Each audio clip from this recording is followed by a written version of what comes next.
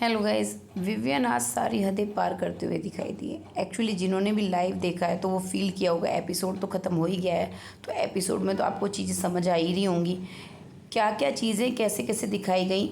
सबसे एक बात ज़रूरी बताना चाहूँगी। एपिसोड में दिखाया गया कि अविनाश वॉशरूम में जाता है और कहता है कि कोई फ्लश नहीं करके आया, तो फिर विवियन कहते हैं कि शायद वो ही थे, लास्ट बार वो ही गए थे। तो यहाँ बिग बॉस आपको उनका हंसी मजाक और ये सब चीज़ें नहीं दिखाना चाहते थे। वो ये दिखाना चाहते थे कि वो जो है चाहत को सब अनहाइजेनिक का टैग देने में लगे हुए हैं सुबह से।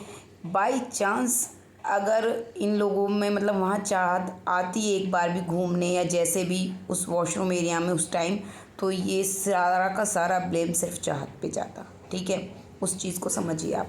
तो बिग बॉस जो एक चीज़ दिखाते हैं ना, वो सिर्फ इस वजह से नहीं, वो पूरी जो चीज़ें होती हैं उसे समझाने की कोशिश करते हैं। तो एपिसोड तो आपने देखा ही, मैं लाइव की बताती हूँ। लाइव में सुबह से ही शुरू हो गया था। विवियन ने वहाँ तमाशा किया कि चाहत कपड़े उठाएगी, ये करेगी, वो करेगी। वो पूरा एरिया गंदा है गाइस, पूरा का पूरा। कहीं चप्पलें पड़ी हैं किसी की, कहीं किसी के कपड़े पड़े हैं, कहीं किसी का कुछ।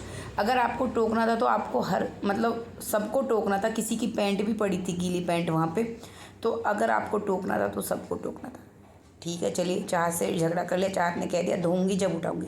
उसके बाद चाहत जो है, उसको लाइव में दिखाया भी गया कि वो वहाँ पर जाके अपनी सारी चीज़ें उठा के रखती है, सब वहाँ से साफ़ वाफ कर देती है। उसके बाद वो कहती है कि अभी देखो, अभी यहाँ पे सूटकेस वगैरह सब पड़े हैं। तो वो चीज़ें भी दिखाई गई कि उसने सब रख दिया, लेकिन और लोगों का पड़ा है, तो ये और लोगों को कॉल आउट नहीं करेंगे।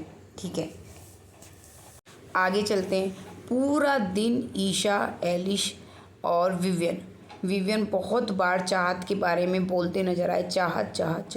चाहत के साथ झगड़े के चक्कर में विवियन सही गलती भूल गए हैं। ये तो एपिसोड में देख ही लिया कि मतलब किस हद तक जा सकते हैं ये लोग। खासकर ईशा और एलिश किस तरह से हंस रही हैं। वो सिर्फ पपेट बन गई हैं, उनका अपना कुछ है ही नहीं। और वो घर जो अब तक चाहत के खिलाफ खड़ा था, चाहत ने अपने गेम से उसे अपनी साइड किया है। 2-3 वीक में शुरू में कोई चाहत से बात करना पसंद नहीं करता था, सब उसके खिलाफ थे, एक्टिंग करती है, ये है वो है। लेकिन आज सारा घर, जब विवियन कह रहा था ना कि ये अनऑर्गेनाइज्ड है घर में, तो किसी ने हाथ नहीं किया उसके 3 पपेट के अलावा।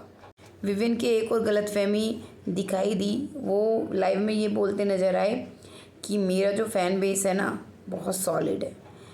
इसको पता नहीं है वो बाहर इसकी कैसी बैंड बजा रहे होंगे, यानी चाहत की। होता है ना, फैंडम वार होता है, ये सब चीज़ें। भाई नहीं, आप बहुत गलत फहमी में जी रहे हो विवियन। काश बिग बॉस आपको आईना दिखा पाए। चाहत ने जो फ़ैन बेस कमा लिया है ना 3 हफ्तों के अंदर, आप जाके देखिए ट्वीट्स को।